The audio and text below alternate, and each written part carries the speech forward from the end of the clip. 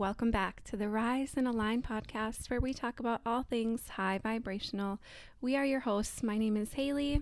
And I'm Demi, and today we're talking about all things travel. So if you're already an experienced travel girly like us, then make sure you stay tuned and comment some of your stories below or your advice. But if you are new to traveling, we would love to share with you how much it has expanded our lives, expanded us as people, and also share tips and tricks that we've used to visit some of our favorite places.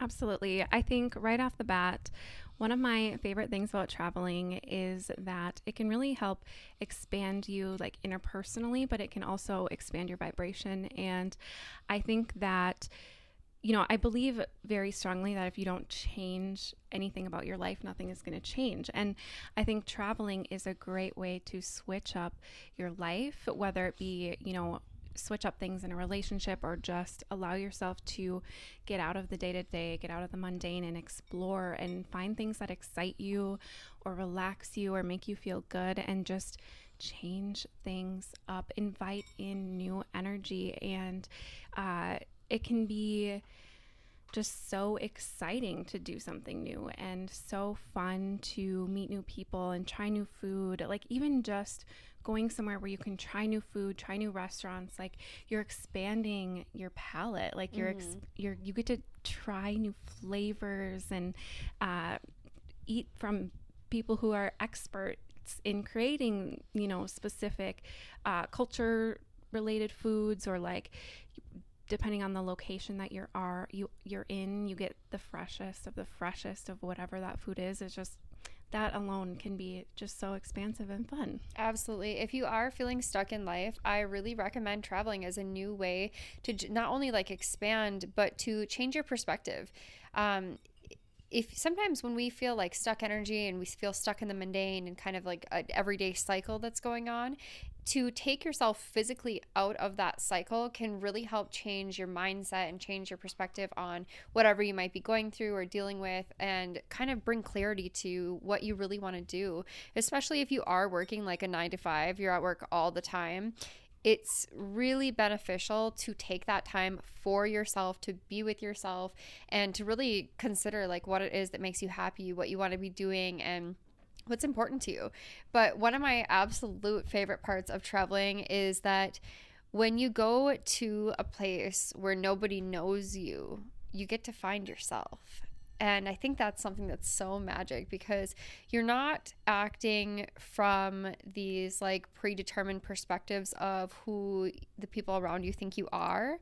You can just be whoever you want to be in that moment. And for me, like the first time I ever really traveled far, I was alone. I had never left the country before, and I wasn't with anybody that I knew. And that experience, a lot of people think is scary, and I think I probably was nervous. It was a long time ago. I think I was about like 19, but I was excited, and it changed who I was so much. Prior to that, I was really kind of like a wallflower. I was shy, and I didn't really know who I was or what I wanted or what I loved or anything like that. And it was such a different experience for me. I mean, prior to that, I had only ever been on a plane one time, and it was within the US, and I was with my family. So to go to a country where you don't know anybody at all or anything really about the country, you really, really get to explore who you are and who you want to be. And you can decide that you want to be confident, that you want to be outgoing, that you want to meet new people and try new things. And it really does change how you feel about yourself as well as like having these amazing experiences, that excite you and make you braver and challenge you. For sure. I love it so much, and I feel like that can align so much with our self-concept episode, because you get to create your ideal self, or you get to be your ideal self. And we've talked about it being a little more difficult when people have like preconceived notions of you, or like you are stuck in your day-to-day. But when you you do go somewhere where no one knows your name, you can be anyone that you want. You can even practice being someone. Whatever you want to do, you can do whatever you want. That's so fun. And two, like if you go to a country where you don't know the language, you have to be really self-reliant. Like you have to have a good relationship with yourself in order to trust yourself enough to get around and to keep yourself safe and to make good decisions. And and I think for me, it's like having so much faith in the universe and having that faith in my well-being. Like I've definitely gotten into some crazy situations with strangers from other countries, and I've always been safe. I've always been really lucky. I've made good friends all over the world,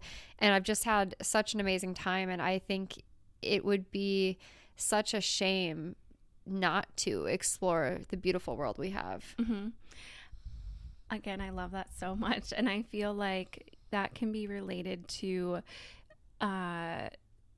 thinking about money and trips, because a lot of people can get very caught up in how much it costs to go somewhere, how expensive it is. But if you have faith and trust that it's going to work out, it's going to work out. If you believe that this trip is going to bring something high value to you, or you're going to grow as a person, you get to bring that energy back into your regular life and create new experiences that bring in more money. Or circumstances fall into place so perfectly that maybe your hotel ends up being free or something. Like if you just have faith and trust in this experience, trust in this trip that you're going on, and just be all in, there's no room for anything scarce to come up or anything. I think so many people will just assume that they can't afford to travel. I've heard so many people say, I can't afford to go on vacation. I can't afford to take vacation. And I think it's definitely a lot to do with what they probably learned as a child. Like their parents probably said really similar things. And so they just learned that that's the way of being. But number one, you don't have to be rich to travel. Like I've definitely done it on really small amounts of money, and I've traveled a lot of different places.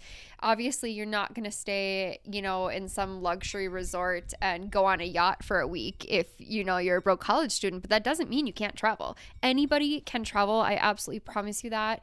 I'm going to share some of the things that I've used to find cheaper deals, but I first want to say that choosing that for yourself and choosing that abundance for yourself and saying, you know what, I'm worth it, and I'm just going to go all in, and I'm just going to plan it, and I'm going to make it happen.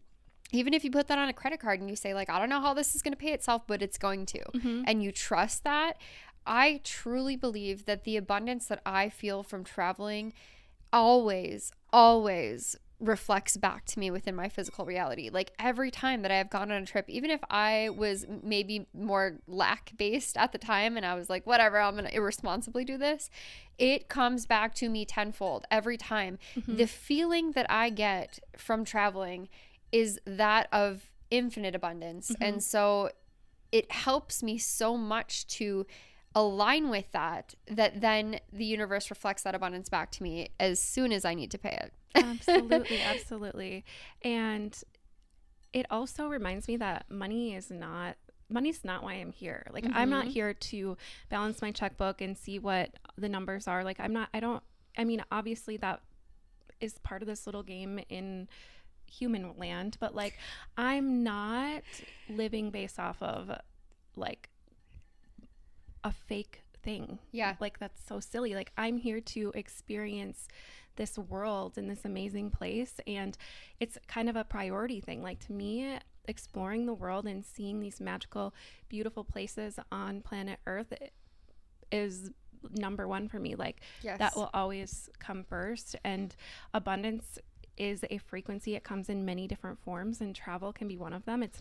Money isn't the only version of abundance. And if you tap into things or do things that make you feel abundant, such as traveling, it could be reflected back to you in terms of money. Like it's just tapping into that frequency, no matter what it is, or like finding ways to tap into that frequency, no matter what it is, it will reflect even more so in your life. So like when we say abundance, it's not just an abundance of money. Like it's a frequency. And so, I think traveling is just one of those things that like make me feel more abundant than anything else. Absolutely. To me, the experiences that I've had traveling are absolutely priceless. And I see a lot of people who have like motorcycles that they don't need, or they want to buy another car, but they've never left the country.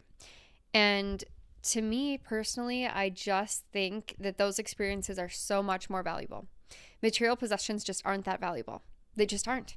But the experiences that you can have exploring the world and seeing what it's like in different places and in different cultures, and not just watching it on TV, because I also have found that the news that we get and the things that we learn here in America are what our country wants us to learn, not necessarily how these other countries really truly are.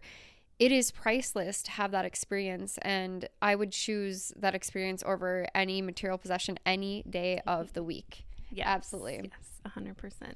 So if and unfortunately, a lot of the times these people who have like some of these things that they don't need, who've never left, they say that they're poor. They say, I don't have enough money to travel, but you do. If you quit smoking cigarettes or quit vaping or something, you could easily afford a wonderful vacation out of the country every year. There are just so many things that you could exchange for travel if you do feel like you are in this lax mindset. But here's the thing. When you choose that you can travel, that you're worth it, that you have the money for it, you will become abundant. You just automatically will. And the experiences that you will have will change you forever in the best ways. I mean, I talk about all the time how I think that traveling has taught me much more than college ever did, you know, than elementary school or high school ever did, than any schooling ever did.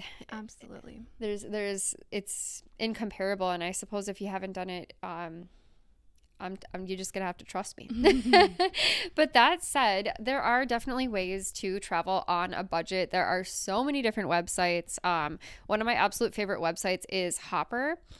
I find really great deals on there. Obviously, you know, if you're on a budget, it's going to cost a little more usually to bring a checked bag. Usually a carry-on is free, but you'll have to pay for a checked bag. And you just want to pay attention to those little details, because yes, they're going to change the price of things, you know, if you're not considering that. But I can pack for at least a week in a carry-on bag. Yeah, same. I'm like a pro at it at Yes. this point. I have like my winter jacket, 2 pairs of boots, 10 outfits. Somehow it all fits in my little carry-on. You roll it. That's honestly my number one. You roll your clothes. You can wash things. You can mix and match outfits, and you can get really cheap flights. And the other part of that is watching flights to see like what days of the week are cheaper. Usually Tuesdays are pretty cheap to buy flights. Usually weekends are, I think they're usually cheaper to fly out on weekends from what I've seen lately anyway. But if you just start paying attention to that, you can Google it and it will show you the prices on different days, and they constantly change, so you can watch them until they get to a lower price. And usually when the flights are cheap, so are the Airbnbs. So like if you're going off season, you can get insane deals. I was looking at Rome the other day. Don't ask why. But I found a flight round trip from Minneapolis to Rome for like $460, and the Airbnbs were so cheap in Rome this time of year because it's cold there. So it's not like packed with tourists, but here's the thing, it's not packed with tourists. So like I don't care what temperature it is, it's warmer than Minnesota, and you can get, you know, into the Coliseum without having to wait 3 hours. Yes. Tell me why that's not a good idea. I don't see it. And I think like, you know, $460, sure, you might think that's a lot, but what is it? Like half of your mortgage for 1 month? You know, when you start comparing it and you really think about it, we'll eat out less for a couple months. You can afford a trip to Rome. Yeah. And it's so worth it. It's so worth it. I've definitely flown overseas with Hopper at least like 4 times for less than $500 round trip every time. Yeah, I think the best thing about Hopper is that you can pick all the dates that are a possibility for you to want to go to wherever, anywhere, and it monitors the prices for you and it alerts you. So it'll be like, hey, this is a really good deal, and it tells you like if you should wait, and it anticipates the price getting lower in the coming months. So if you don't want to do like the manual work of like looking at stuff, like Hopper does that for you, which is really cool. And I haven't really dove into the like hotels aspect of Hopper and stuff too, but it really does help you kind of access all the different parts, like accommodations and stuff for your trips as well. There's also Skyscanner and I cannot think of the other ones. There's a ton of different deal websites for flights. Another tip that I really like using is if you are using like Hopper, Skyscanner, or Google or whatever, and you see the airline that is the cheapest, sometimes when you go directly to that airline's website, you'll get it even cheaper than you would via the third-party app. So that's really helpful. Yeah. Another thing that I have I can't say super recently, but that I've done is I've gotten an airline card. So I have an American Express card that hooks up with Delta. And so every dollar that I spend with my American Express card translates into miles for Delta, which is really amazing. And then I also get I think it's like 15% off all flights or something through Delta with using my American Express card. So I think that that's really amazing. And I have so many miles on there right now that I need to do something with, but it's just great because you can auto pay your bills onto your credit card and then just go pay them off of your regular account. Like, it's not like you don't necessarily have to like rack up a bunch of unnecessary spending on your credit card, but you can use it to pay your bills and then just transfer the money from your regular bank account. And that has been major for me as well. 15% off flights. Why didn't you tell Plus me? miles. Okay, I'm gonna have to sign up for that one. I do have a mileage card. I have a couple of them actually, but I think I've heard that Delta does have like the best deals. I have American Airlines. I also really like it. The other thing about signing up for mileage credit cards, and mind you, none of this is sponsored, unfortunately, not yet. But when you do sign up for mileage credit cards, I know, especially if you're in a flight, you always get free miles, like 15,000 miles or 50,000 miles or whatever for signing up for the card. And you can go on vacation with that. So just for signing up. And so last winter, I was supposed to go somewhere and there was like a crazy blizzard. So we had to reschedule our flights. So when we rescheduled for the rescheduled date, it was actually cheaper. And so they refunded me the difference. Nice. Yeah, I was like, oh, okay. So I'm just getting paid now to go on vacation. Yeah, I find that when you are holding one of those cards, the airline will treat you better because you're like one of their customers specifically. So me, for American Airlines, this has only ever happened to me once, okay? But I was late for the flight. I missed the flight and I called them like right at the time that the flight was supposed to be taking off. And I was like, I'm so sorry, but I'm like not going to make this flight. And they're like, oh, no problem. And they switched me for free to the next closest flight, which was like an hour later. It couldn't have been more convenient. And I was like, in my head thought I was going to lose that entirely. But they were like, no problem. And I was like, wow, the customer service is A1. And sometimes you get like extra benefits, like you get to board a little bit sooner or access to a lounge and stuff too, which can be nice, which to me, I don't care that much about, but just nice little perks. I definitely think it's worth looking into. If you have a decent credit score and you don't have a mileage card, what are you doing? Because you do not need to be rich for that, trust me. That said, okay, on 3, what is your favorite place in the world? 1, 2, 3. Scotland. Okay, Scotland is, I feel like, not talked about that much as a travel destination. But for some reason, my college had a study abroad program in Scotland and like nowhere else. So on top of it being a study abroad program, which is pretty appealing on its own, I got to live in a palace. It still sounds crazy to say that, but when I moved there, like I said, I had never been anywhere and I fell so absolutely in love with this country. This is where all of our fairy tales come from. This is where castles really are all over the place. If there are fairies, they definitely live The in Scotland. dragons. This is where dragons and unicorns live. The unicorn is their national animal. So. Yes. And it's just like it's breathtakingly beautiful. The Highlands are where the mountains meet the sky, and I'm going to cry talking about it. Honestly, I'm so in love with it. And the people were so welcoming and friendly and charming. And I can't say enough about how at home I felt there. Since then, I've traveled extensively. I think I've been to 16 countries. And of course, I love every place. And what I love about it is that it is different everywhere you go. But Scotland will always have my heart. I have always felt most myself there, most at home there. And I definitely recommend going there. It is a little bit more expensive of a country because pounds are worth more than the US dollar by quite a bit. They always kind of have been. But that said, like I've stayed in really cheap hostels there, like $20 a night. Like if you're on a budget, you can definitely stay in hostels. And if you're looking at reviews, like you can get pretty decent ones. Sometimes you get private rooms with a bathroom and everything, and it's just kind of like not the nicest hotel, but it's not bad at all. The other thing is if you're traveling alone, meeting people is so easy when you're staying in hostels. I have met the coolest people from all over the world staying in hostels all over the world. It's so cool. Like it's nothing like these awful American horror movies. So I've never had a bad experience in a hostel. Yeah. I feel like also when I go on vacation, I'm the type of person who wants to do all the adventures, like go do all the things. Like I'm rarely at home or at the hotel or wherever anyways.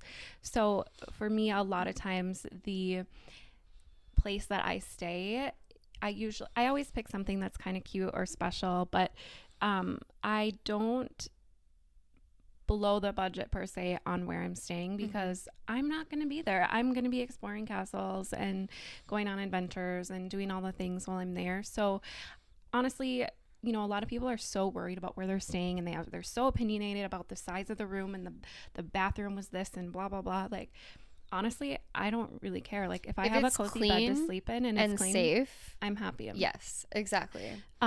We literally stayed when we were on the Isle of Skye in Scotland, we stayed in like, I forget what it was called. But we stayed in basically like a little shed in this lady's backyard she had like a little sheep farm, and we just stayed in like her little shed that was decorated all cute in her backyard. Do you see what I'm saying when I say fairy tales? That's the cutest thing I've ever heard. Apart from that, a couple things I look for are free parking. If I'm driving, if I'm renting a car, it's always nice to have free parking wherever you're staying. Wi-Fi, especially if you're out of the country and you're not paying for your minutes out of the country, you can connect your iPhone to Wi-Fi and you can still use iMessage and all that. Breakfast, if there's free breakfast, sometimes it's nice to just have that there. It's a great way to save money. But other than that, like I said, if it's clean and safe, I don't really care because I'm not going to live there forever. I'm going to be there for a few days. Exactly. Yeah. And for the most part, I book stays on Airbnb because you can find some really unique stays on there. And when we went to Ireland, we stayed with this family, and you can get private places, but you can also a lot of times stay with the hosts, and we got to eat dinner with them and talk to them and hang out with them, and like I think that's just the sweetest. It's really cool. So depending on what you're looking for, you can find so many different options on Airbnb. I used to find them to be really inexpensive. I do feel like prices have increased on there after the pandemic. However, it's still comparable to a hotel or even less. So be mindful of that. It's not necessarily full service like a hotel. There's not someone at the front desk that's going to be able to, you can buy a snack from or whatever, like it's not going to be the same vibe. But if that's not important to you, like I highly recommend looking for like stays on Airbnb and stuff. Yeah, definitely. I usually do stay in Airbnbs as well. And I do agree they used to be a lot cheaper. They're fees have gone up insanely, and obviously everything's just more expensive these days than it was a couple years ago. But that said, it's usually really similar to hotel pricing, sometimes cheaper, and usually you're getting like an entire house or an entire apartment, or a lot more benefits than you would in a hotel, in my opinion. So I don't mind if I like have to do my own dishes or something. Like, it's not that big of a deal when I get my privacy and a place to park and an extra bedroom for my child and like all these extra things that you wouldn't have in a hotel room. So I definitely love it. I do think too there are so many like cool experiences on Airbnb. They do actually literally have a category called experiences too. So like if you book an Airbnb like in a specific city, they'll be like, here's the experiences for that city, and you can go like cook or go kayaking or hiking or whatever they have available, which is kind of cool. Yeah. And I feel like you can stay in more remote locations with Airbnbs, which I guess that sounds creepy, but it's really special because you can be so deep out into nature and just, and find unique experiences that aren't necessarily in a city or around other people, which I really love on a vacation too, to have that like privacy and like coziness. Definitely. And I think a lot of times it helps you kind of immerse in the culture, because a lot of times, like if you're staying with the host, or even if you're not, they'll have like a book of recommendations of their favorite restaurants, their favorite attractions, or things that they like to do. And you can talk to them and get their advice and be like, hey, where should we go to the grocery store? Like, where should we go to dinner tonight? And a lot of times they're really friendly. Like, most of the people who host Airbnbs are fellow travelers, and they love to tell you their advice, and they want you to have a good time. So I love that. It's not really the same at a hotel. No, no, it's not. It's so much more personalized when you're staying at Airbnb. This should be sponsored. Sponsor us, please. Yes, Brian, personally sponsor us. Right. Anyways, what are some of the other favorite places you've gone? Well, I mean, I recently got back from Iceland, and I thought that was really lovely. There's such a diverse range of like earth, like I don't even know what the right word is at the moment, but there's like volcanoes, terrain, yeah. There's like lava fields, and there is glaciers, and there's mountains, and there's the ocean. Like, there's such a variety of terrain, which I think is really beautiful. You get to see a lot of different things in one place, and it's just so clean, and it was just really fun. Like, overall, it was just it's another really magical place. It's the land of fire and ice. A lot of more fantasy type shows film in Iceland because it is so like otherworldly. So I found that to be really nice. The people were really nice, and a kind of a story going off of Iceland and how Americans like perceive other places. While we were there was a volcano that was going to potentially erupt, and like I had people from home like reaching out like, are you okay? Like, are you dying? Because in America it was like they portrayed it to be this like massive, horrible, crazy event that's going to happen, but in reality, being there, like the locals were like excited for it. They were like, we can't wait to like help out and go see it. And there was at one point like 1,000 earthquakes happening a day, but it was very localized to the volcano. And they're all like, yeah, it's chill. Like, we just evacuated the local fishing village and it'll be fine. Like, they're used to it. It happens fairly frequently to them. Their land is literally built on lava. So it was just interesting for them to just be like, it's chill. Like, we can't wait for this. And then to like get home and see like the way news. That the news is like making it seem so insane. It was wild. I love that. That's so cool. That's funny. So I lived in South Florida, and that's how they were when they had hurricane warnings. They were like, yeah, we just stock up on water and alcohol. I was like, oh, okay. So I went to Iceland too, and I've been there twice, both for shorter periods. I didn't plan it the first time. I just flew through Iceland Air, and there was a layover in Iceland for a few days, and I had a friend who lived there. So we stayed for a few days and we explored, and I didn't know anything about Iceland prior.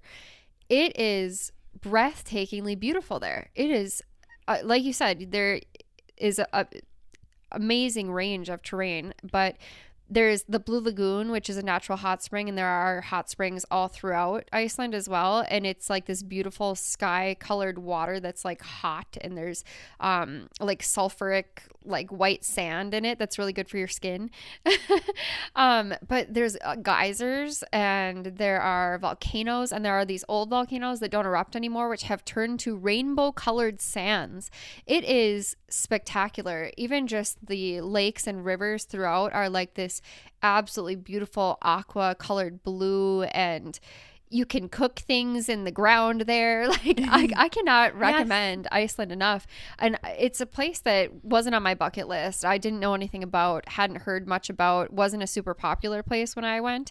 And now like it's like the Hawaii of the North. It is absolutely breathtaking. I definitely recommend going there. One of our tour guides, he said his favorite hike was this place where you got to like walk up. On the way up, you'd bring eggs with and a net, and you'd put them like in like a hole basically where the water was really hot or the steam was coming out. I don't remember exactly, but you would basically put your eggs in there. You'd go upstream, take a hot bath in the stream, and then on your way back down, you would grab your eggs and have a snack on the way out. Because they'd be hard boiled. Yeah. Oh, I love that. That's so cool. Yes. And one other thing that I could add about Iceland is usually when I go on vacations, we always rent a car, and I have like a big trip, you know, I want to see all the things, but we actually stayed in Reykjavik the whole time and did day trips from there, which I think is the way to go in the winter because it can be difficult to get around in the northern regions of Iceland without very specific vehicles. But staying in Reykjavik was actually amazing. I don't normally like staying in the city necessarily because I do usually like the more remote locations where you're in nature. But it was actually really chill. We stayed kind of in the more touristy area where like the Rainbow Road is and all of the old buildings and stuff. So it was really cool, and I would highly recommend even, you know, spending a few days in Reykjavik if you're traveling there, because I feel like it may or may not be overlooked because everyone's trying to see all the waterfalls and the beaches and the volcanoes and stuff. But we had amazing food there. I've heard a lot of bad reviews about Icelandic food, but if you're specifically in the city, I think there's a lot of really good options there, and lots of good coffee and little treats and stuff. So yeah, it was really, really special there. I agree. I liked their food. It was a lot of fish and things like that, but I mean, I love seafood, and I love trying new things, and I thought it was so interesting. So yeah, no problem there. I was going to say something else, but I forgot now. So there was like also multiple rainbow roads in Iceland, like just their vibe. They're just happy and yeah, it's so cute. Oh, what I was going to say, Iceland has one of the highest quality of living like records or whatever, and the police don't carry guns, and there is a zero tolerance policy on alcohol, so you cannot have a sip of alcohol and drive, but it makes for an extremely safe place. Like there's pretty much no crime there at all. Yeah, that same tour guide, he had moved there from like Portugal or something with his family. That's where he wanted to go to start a family because it was just so safe and high quality living. And so definitely recommend. I really loved Spain, obviously beautiful, warm on the ocean. They have sangria, they have fresh seafood, they've got fresh little fruit markets all over the place, paella, they have literal hot chocolate in a glass that you can drink with churros. I love it there. I definitely recommend it. The beautiful architecture and art everywhere. And I found it to be fairly inexpensive. It is the euro in Spain, so it is worth like 1.5 or 1.4 dollars to a euro, but it still was definitely affordable. We did like a walking tour, we did a drinking tour, we stayed in hostels in Spain, and it was like really, really cheap too. This was quite a few years back, but I'm sure there are still really good deals, and there are just so many places to go hiking, and there are cruises out of Barcelona. And yeah, I definitely recommend Spain. I definitely want to go back. Loved it. I haven't been. I'll have to go eventually. It makes me think of the Cheetah Girls, though. No, definitely recommend. Hawaii, I thought, was breathtakingly beautiful. It's definitely one of those places that's, you know, a huge tourist attraction everyone talks about, but I did think that it lived up to my expectations. We went in a helicopter ride, and I literally cried tears of joy because it was so beautiful, like flying over the mountains and Diamond Head, which is an old volcano that you can hike, which I did hike up.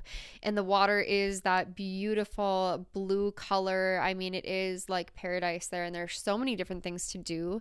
We did see dolphins while we were on a cruise, and we went swimming with the sharks, which was super cool, you know, an experience you really can't have too many places.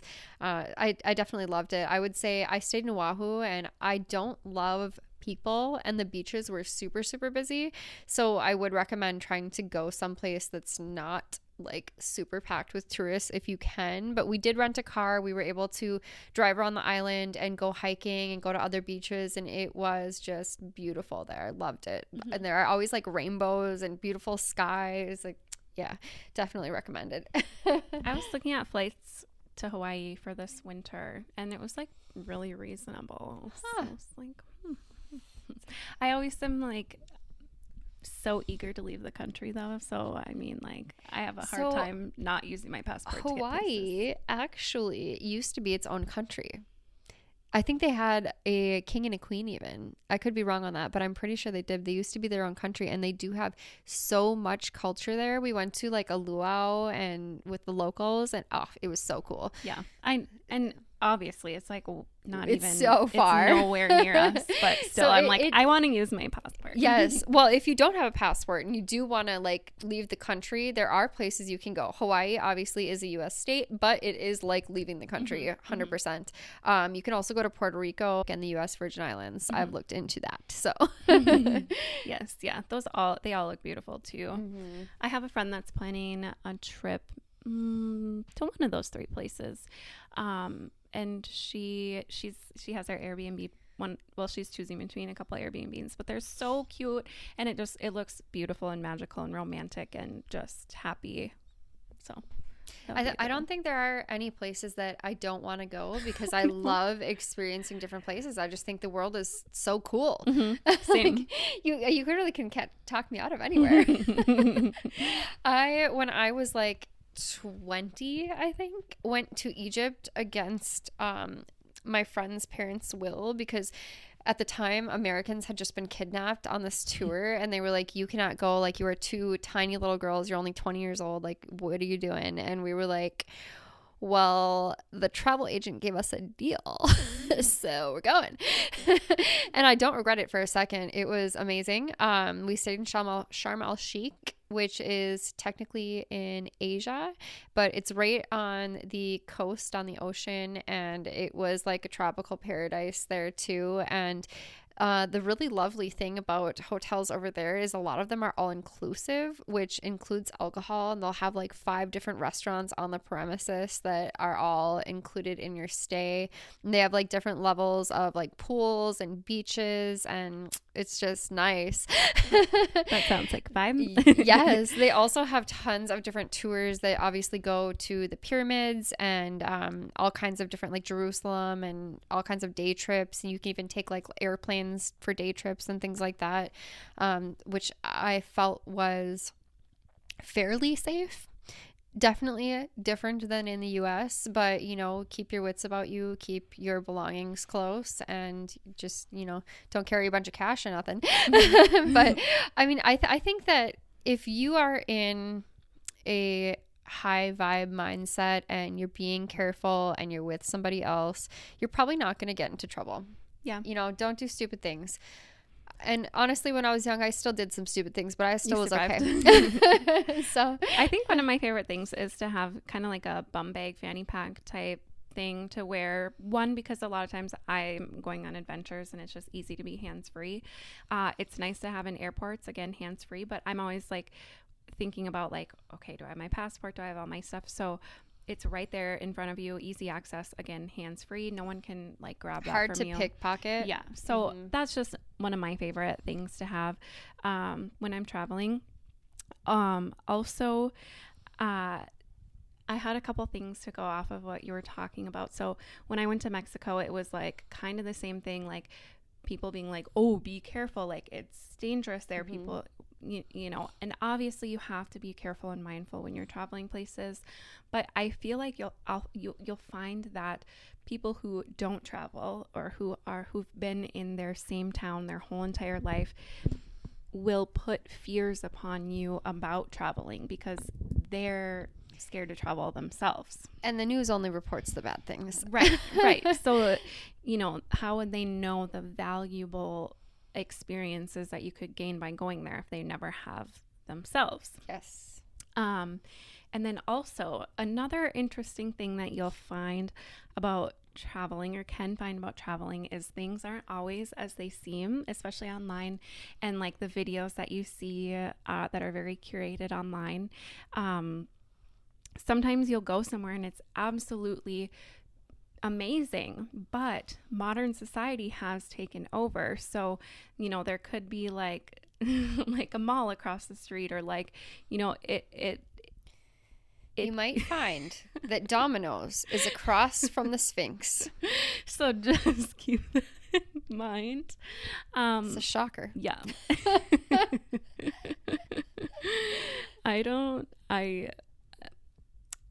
It's really a shame, but you know, you'll find that can happen. Yes. It's also really cool if you're exploring countries that are like third world or, you know, that Americans might say are dangerous. There are usually the locals are so friendly. I have like in Egypt, they were thanking us for coming. They were so excited that we were Americans in their country and that they needed our tourist money, and they were just like so thrilled that we were there. They were so happy. They wanted to give us free toys and whatever.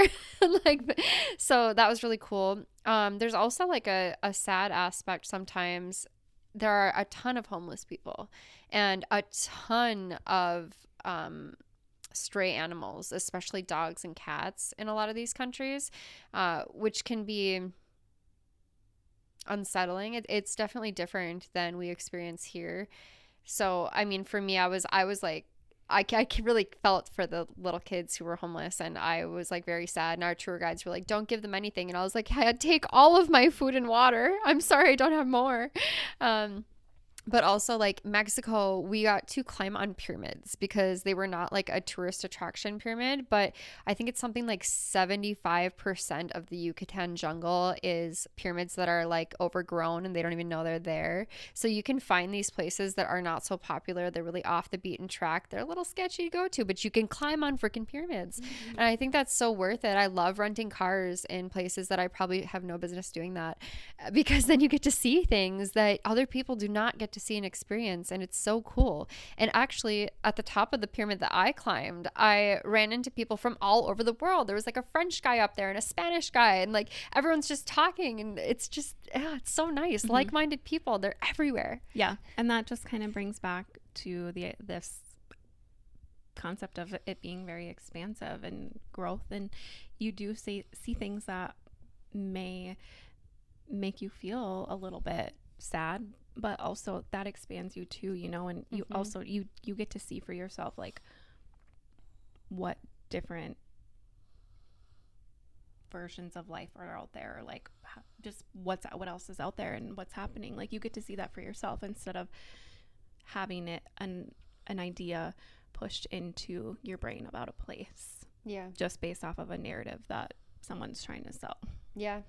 I mean, all the experiences I have had are usually have been much different than what I expected them to be. Mm-hmm. One funny thing that I really didn't expect was in pretty much all European cities, you have to pay to go to the bathroom. But specifically, Italy was really bad because not only did you have to pay, but it was filthy. It was so dirty. Like we were really, I think, near the Vatican, and I found the only public bathroom that I could find, and it was like underground, and the floor had like this much water on it, like inches of water if you're not watching the video. And I don't know, or I'm just going to say it's water, right? I don't know. There was liquid on the floor. And you had to pay not only to go to the bathroom, you had to pay for toilet paper. And if you wanted to dry your hands, which I did not, you had to pay for paper towel. And you can't flush, or at least in that bathroom, you could not flush the toilet paper. Same with like in Turkey, you cannot flush toilet paper. They throw it away. And I didn't know that. Like I have had to pee in holes, and that was considered a public bathroom, and I had to pay to pee in a hole. I'm not kidding. Like these are things that you don't expect and you don't see coming. That is one thing I can say I appreciate about America is the big, clean, nice gas stations on every corner. The free bathrooms. Yes.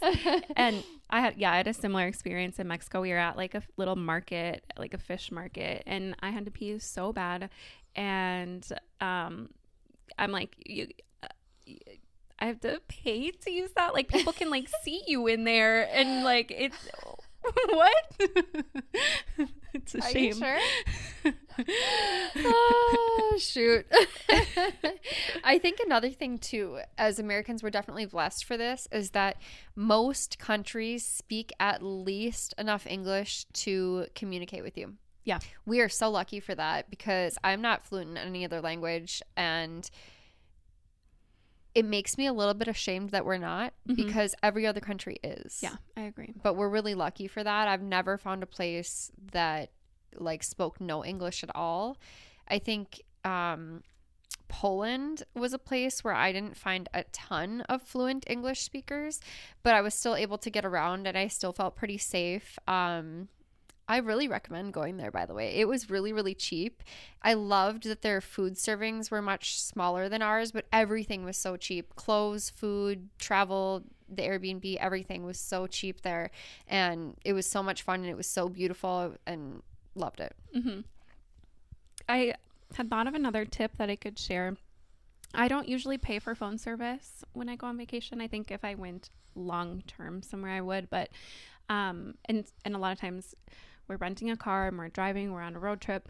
So I recommend downloading your maps, like have an idea of like the area you're going to be in, and you can go on Google Maps. I don't know if Apple Maps does it, but you can download your map on or it just like saves offline. So basically you can access your map offline, which has been really helpful as well for getting to where I need to be. I personally haven't done that, but my mother did when she traveled with me. Thanks, Mom. It was life-saving because we would have never got anywhere. I've definitely had a ton of like Euro trip experiences too. Like I got a flat tire one time in the middle of nowhere in the Highlands in Scotland, like literally hours from the city. But I think that those experiences are just like so funny to look back on, and they are so expansive because then you get to like, okay, how are we going to solve this one? Yeah. You know, and you just laugh about it. Like we accidentally rented a car that was way too small. We were like all sitting on suitcases for 6 hours. That is another thing about travel too that I think can be great and expansive, but also hard for people is the lack of control that you have. Yeah. The second you get on the plane, like you don't really have much control over what happens to you. Yep. You know, so you're in for a ride. Like it's best advice, enjoy the journey. Yeah. Yeah. Definitely. I think that it's easy to become like frustrated or worried, especially if you are feeling that like lack of control, especially if you're in another country, especially if they don't speak your language. But I think that delay, like flight delays. Yeah. I think that people get so mad about the flight delays. Don't complain to me. I've been on flights for hours and hours and hours that were literally taxiing in circles because we couldn't land. So like, I'm not the one to complain to, but I think that you just make the best of it. You just stay calm. You talk to the people next to you. You do the best to entertain yourself. You sleep if you have to. I can sleep anywhere. Yeah. But it's going to be a story to look back at. It might be something you never forget. It might change your life forever. Yeah. And everything happens for a reason. Like, you know, there's a reason it has to play out that way, I think. So Yeah, definitely. Any other favorite places you've got? I don't know. My brain's kind of. We'll definitely do another travel episode. Yeah. Yeah. And we're going to do traveling episodes, like where we will be somewhere cool. Okay. Yes, definitely. Expect that. I would say a couple of my favorite places in the US. Obviously, I said Hawaii already, but if you're trying to like stay cheap and like closer, Sanibel Island is like this beautiful tropical paradise. I know they were recently hit with a hurricane, so I think that things are a little different right now. But in the past, it has beautiful white sand beaches and all kinds of cute restaurants. And it's just like the most gorgeous sunrises you've ever seen, and shelling galore. And I love it there. Warm sandy beaches. What more do you want? If you want to go somewhere cheap, Phoenix, Arizona. Flights, I mean, we live in Minnesota, so obviously depending on where you're coming from, but usually Phoenix, Arizona, the flights are really cheap, like under $100. Denver, Colorado, same thing. Flights are really, really cheap. Fort Lauderdale, Florida, they're usually pretty cheap. Tampa, Florida, Fort Myers, Florida. Definitely, if you're looking for a cheaper vacation, check out those places. Las Vegas as well. Obviously, Vegas, when you get there, less cheap, but a lot of those places you can find pretty inexpensive places to stay and eat and everything like that without leaving the country. But one thing I would say about leaving the country is you can go to places where the flight might be more expensive, but everything else is going to be like insanely cheaper than it is here in the US. So it is worth taking that into consideration when you are trying to plan a budget trip. You might not need to stay in the country to stay within your budget. So explore your options, check it out, do your research, and if you want help, you can always reach out to me. Yes, and let us know what your guys' next trip is. I want to hear it. Yes, please comment below your favorite places, because we're always looking for places to visit. Like I said, there's no place that I don't want to go, and I've been quite a few places, but I think that I would love to go back and experience them all again, because the world's always changing. Yes, as are we. Yes, as are we. Well, shall we pull a card? Yes, let me just whip out my deck here. Yay! So today we have the Starseed Oracle deck. If you're watching on YouTube or Spotify, this is what it looks like. It's one of my favorites. So yeah, I love this deck. It's very positive vibe. Star Child energy.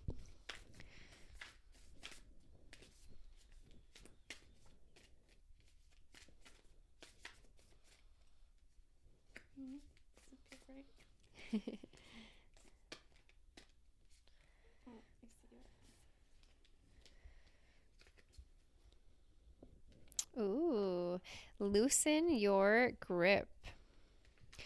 Coping mechanisms, density, addiction, let God in.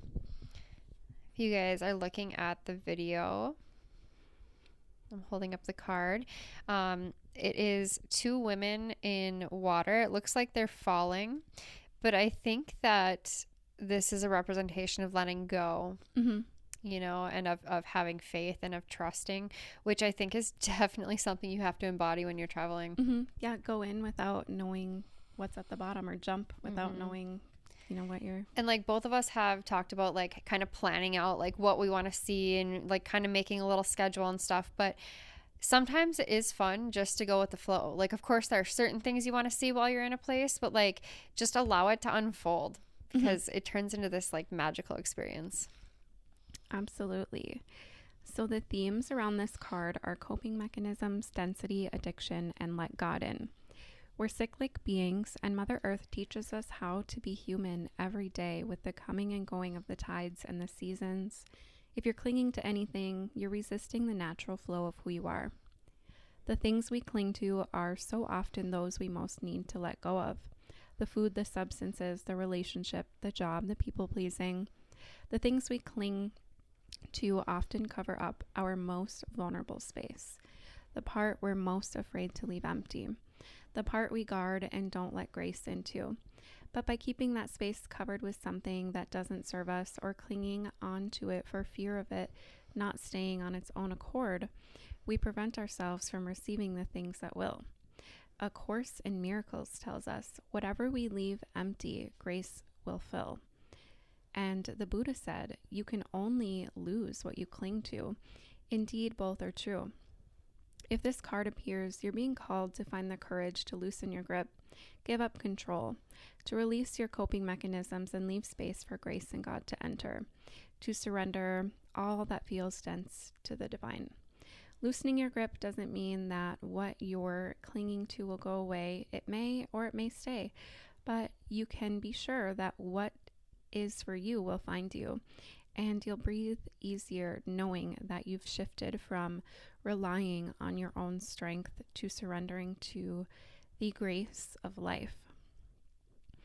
Some questions, or a question that I can leave you with is, what are you clinging to for fear of nothing coming to take its place?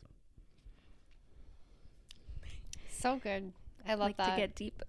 Yeah. I also feel like just listening to that made me feel a bit lighter myself. Like letting go of control can be so uplifting. It really can. Yeah, absolutely.